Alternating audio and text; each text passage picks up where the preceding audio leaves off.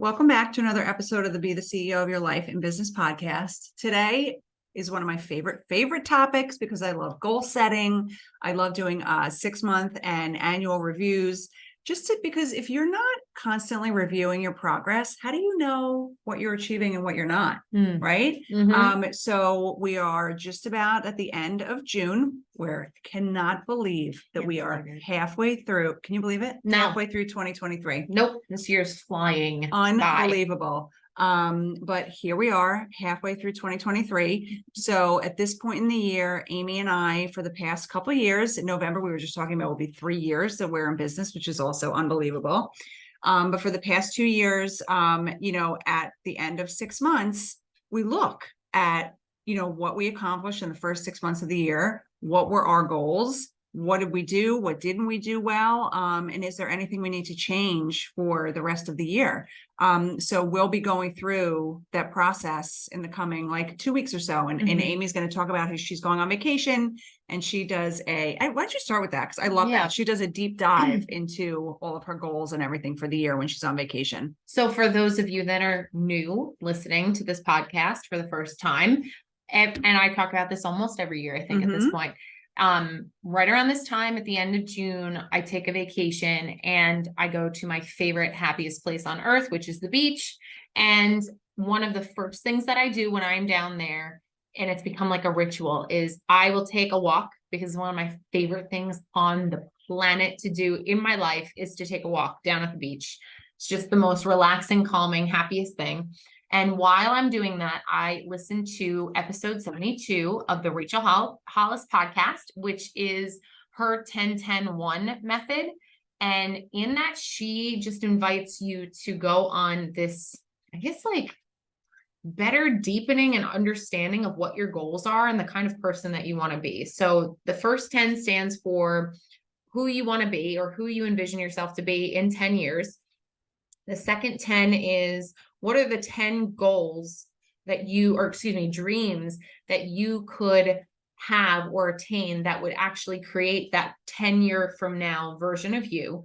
And then the number 1 is, what's the one goal that you can set right now to move you closer to that 10-year from now version of you, and to maybe achieve one of those 10 goals that you have? And I love this practice. We've been doing it. Listen to that again. You know what? I don't know what it is about July, and maybe it's because I have now associated this practice with the beginning of July, but it also falls, and I didn't realize it until just now when we were talking about preparing for this podcast episode. It falls perfectly with a 6-month recap. So for how I put this practice into my daily life is I write in a journal every single day, 5 things I'm grateful for. And then I recite my 10 dreams that I have right now to bring me closer to that 10-year from now version of myself. And I review, I do that every single morning. And sometimes it feels autopilot where I'm writing out these things and I'm not even really registering these things anymore.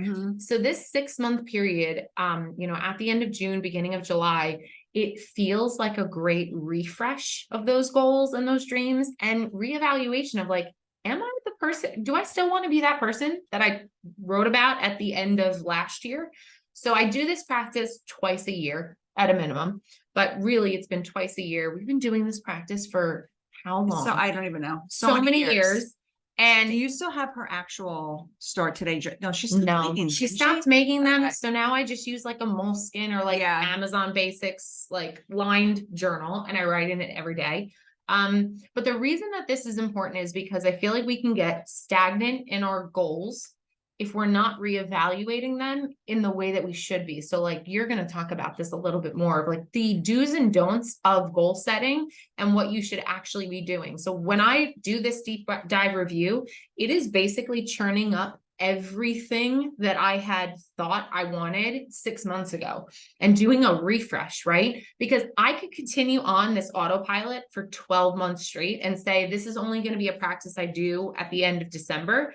But then I think that's too much time. I honestly do. I think the calendar year is way too much time for any kind of goal setting or review of what you want, what your dreams are, anything like that.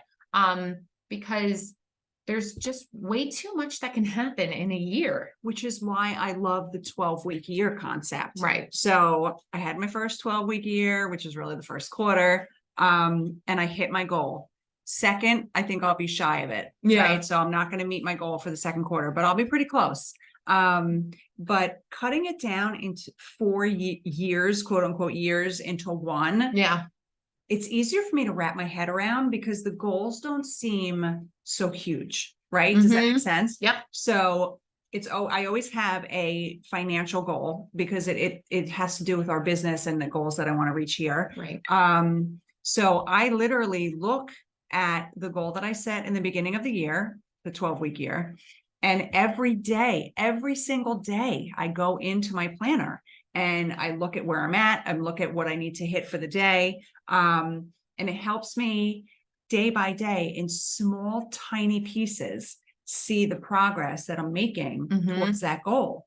Because if I waited until December to figure out how I was doing, the whole year would be gone. Right. And if I needed to change something or, make a shift or get back on track or take a different direction, I wouldn't know until December, which is too late in my eyes, right? So how am I going to meet my annual goal if I'm waiting until the end of the year to see if I actually got there? Right. So if you don't track it, then you're not really measuring your progress.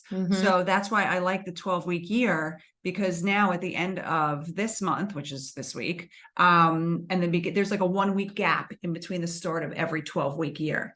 So, the end of this week, beginning of next week, I'll be looking at what was my goal for the last 12 weeks. How did I do? How much did I miss it by? Right. And what are the habits that I need to take with me into the next 12-week year? And what are the ones that I need to leave behind? I just love this concept. Like, you can call it a quarter, but I think there's just too much wrapped around, Q1, 2, 3, and 4 that you hear about, that having it just be like a complete mindset shift and like a brand new paradigm is like, I think it's the best thing you can do for yourself. These 12-week years are the sweet spot between over scrutinizing things every single day and not scrutinizing them enough by waiting until the end of the year to be like, okay, what do we do? Right. Which is so weird though, too, because that also speaks to change and like evolving. And I don't know about you, but like, I think Laura and I could speak for Laura. We are not the kind of people that like to make a lot of change. No. Often. And we say that, I think we're trying to convince ourselves that we're not these people, but we have proven to ourselves that we have had to change and pivot so much more frequently than we thought we would. And that we would like to. And that we would like to, for good reasons and bad reasons. Right. So, but when new business opportunities come in, you have to pivot. That's a great thing, but you're going to have to pivot. Where are your resources? How can you delegate it? What about your own time? Like, how can you manage it? And if you wait until the end of the year and don't evaluate this sooner than that, I don't know how you could ever achieve the success that you want when you don't, face it head on and like figure out the best timing to like really reevaluate what you have to do. And because at the end of the year, you're not in the same place that you were in the beginning of the year. No. So we are in a much different place than we were when we started 2023. Yeah. We have evolved in different ways a lot in the last 6 months. Yeah. We have things on the horizon for the next half of the year that were not even in our minds at the beginning of 2023. Nope. So things evolve and circumstances change as you're going through the year that you can't plan for. And so, but if you're evaluating your year every 12 weeks, or even really, I don't wait until the 12 weeks, as I just said, like I look at it every day. Where am I going? What am I doing? But if you don't do that, I don't know how you could really pivot effectively. Right. I mean, even if you took it on a 30-day basis that you just kind of say, which we also do, we have to, as business owners, we have to send out billing every single month. Like we have to reevaluate in some way, but we don't over scrutinize too, because then you can also derail your goals as well. Like you can't look at every single day or just 1 week at a time and say, oh, well, there you go. Didn't work this week. Right. You have to kind of let things marinate a little bit. And that's where I say that there is a sweet spot. I think that we have found it. I think it does align with like a 3-month loop for us. Because between our transactional work or any corporate work that we do, or even litigation, I mean, litigation can span from months to years. Okay. And we know this firsthand. But when you deal with transactions, they're on like a 45 to 90-day loop. So you really can't evaluate fully after just 1 month. And you certainly can't do it after just a week or two. No. I mean, that's just not the method that works best for us. So by taking it on every single quarter and saying, okay, this is what's working. This is what isn't working. This is where we need to shift a little bit. I think it's setting us up better to just make those pivots on those, 3-month spans. And then we can see, like, do we have to change our goals? Are we tweaking them? Are we shooting too low? Are we shooting too high? Like, you can just ask those questions and get better answers. And if you don't ask those questions, it's like you can become on autopilot. Yeah. Like I think maybe over the last week or two, changed one of the goals I was writing in my journal. Ooh. Because I was like, and to be honest, I don't remember how I was writing it, but I was like, okay, this is not where I want to be going. And I changed. But if I wasn't constantly thinking about that and evaluating, then, I would never make progress. No. Or at least not the progress that I'm looking to make. So that's why I am trying to be more intentional and more conscious when I'm writing because if you have the same goal, you're writing the same stuff every single day. Yeah. It's like you write it on the paper and you're like, what did I just write? And if you don't reach those goals, then you start to resent them in a way. So tweaking them could be like a good way to kind of refresh and look at the paper from a different angle, and not have that same stuff regurgitated over and over again. Right. That's why I just urge, like, even if you want to start out and do like a 6-month review, because we are ending, June this week, which is just so crazy, but take a look back at the 6 months and say, okay, what did these 6 months look like? Was it slower in January because people are still coming back from the holiday days? Like, how can you trend things? How can you track things so that it's meaningful and you can take that information and that data and put it back into your business for the next 6 months and plan ahead too? Right. So looking at the first 6 months helps you plan for the next 6 months. Right. You can see what progress you've made. If you're not happy with the progress, you can go back and look at, what kind of, like, for us, for the firm, like if we weren't happy with our progress, which is not the case, we're actually really happy with our progress. But if I was not, I would look at back and say, okay, where did my business come from in the first 6 years? First 6 months. Was it good? Was it bad? Are there any other places that I could look for new business in the next 6 months to kind of like, make more progress than I'm making? So all these things, factors you can look at in the first 6 months to help plan for the next 6 months.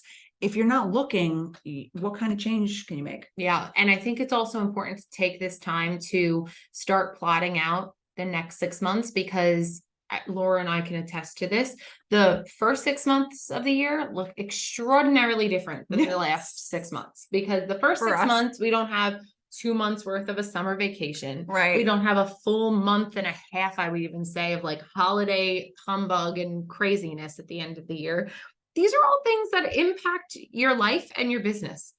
No matter, like, if you could be the biggest workaholic ever, everybody else that you're dealing with is impacted by this. Right. So it's just, these are the questions that come up when you actually do these reviews. Like, how can I look ahead and forecast what the next 6 months could look like based on what I've been doing already this year? And if you're a business owner, like for us, doing this for a couple of years, like we start to see trends in our business. Yeah. So if you're a business owner and you can start to identify trends in certain times of the year in your business, it helps you plan ahead. Totally. Right? It blows my mind. I have said this 1,000 times and you could turn me off right now, but like, when people fly by the seat of their pants, I don't know who you are, but I want to meet you. Like, I don't understand how you could just go, day after day and not have a direction, because Well, we lived that, we, not us personally, but in that environment for years, and it was and I don't get it. terrifying. I still don't get it. Nope. Not a sense of security at all, to just continually busy yourself to death every day. It just blows my mind. There's just no sense of direction. Like, speed is not what you need to look for in how you move ahead. It's the direction that you're heading.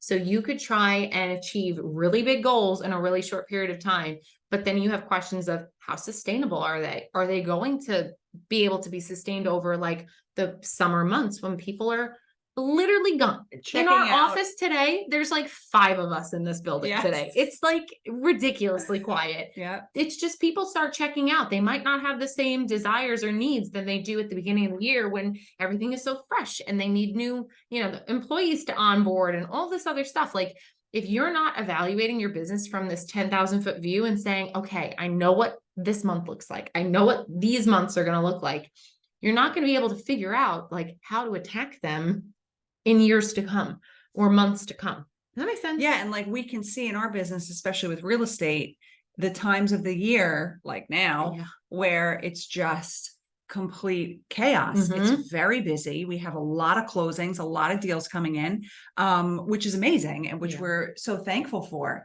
But, we were able to look at last year and see like when the busy times of year were. So now we know for this year, right now, we're basically in hell week, hell season. Yes. And then, we know the times of year that it'll kind of like tail off a little bit. Right. And we can prepare for that because we know it's coming. And try to, pick up other things and turn in other directions for those time periods just to fill in the gaps. But if we are not evaluating our business and looking at it frequently, how would we even know that trend? And let's drop some like real talk here for a second. Review and reevaluation is not always the most fun. Oh my God, it's so boring. It's although we do enjoy it. We do enjoy it. But no, it's true though. It's like, it's not something that makes you like jump out of bed and be like, oh, I want to look at my calendar for the last 6 months. Like, okay, we get it. Like, it's not fun. It's not always exciting, but it's something that you just have to do. Like, there's so many things in business ownership that we've said over and over again. They're just things you have to do. Like, you can't avoid them. You can't ignore that they exist. This is the business of your business. This is that, not so wonderful stuff that you have to look at, like data and information and revenue and whatever else. But it's going to be important because it's going to help shape the goals that you have that then you can trickle down into your team. And maybe you need to expand your team. Maybe you need to figure out where you're, lacking. All of that data helps inform all of those decisions. Yeah. And if you're not looking at the data, you have no idea what's happening. Correct. Trust me, we lived it for a long time. And I don't understand how you could there, at least for us, there's the practice of law, and then there's the business of running our law firm.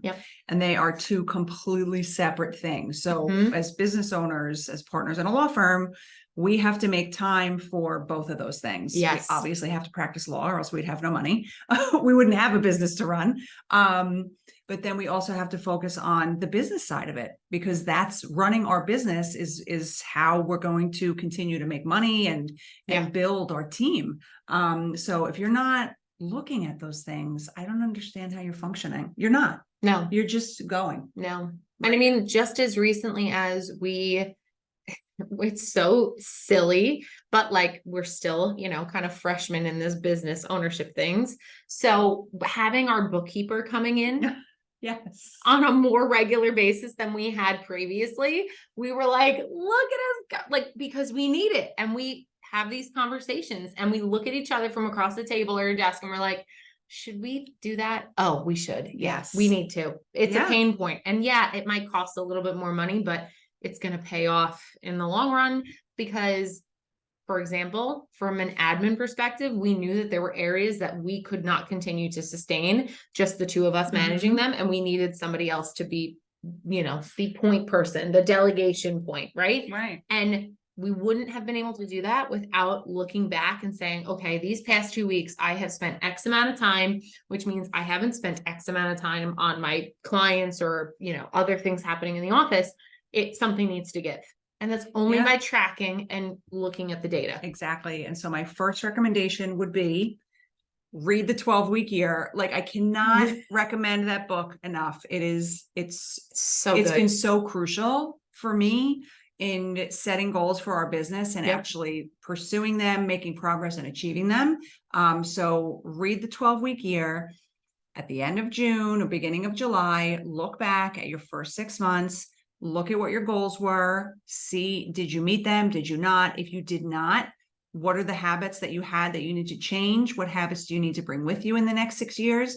Why do I keep saying that? 6 months. But I don't know, because we're looking ahead. I don't know. We're planting seeds. What habits do you need to bring with you into the next 6 months to achieve your goals? And if you need to revise your goals, revise them. But if you're not doing this review, then you can't see whether or not you're making progress. So we hope these tips were helpful. We thank you for spending time with us, and we'll talk to you on the next episode.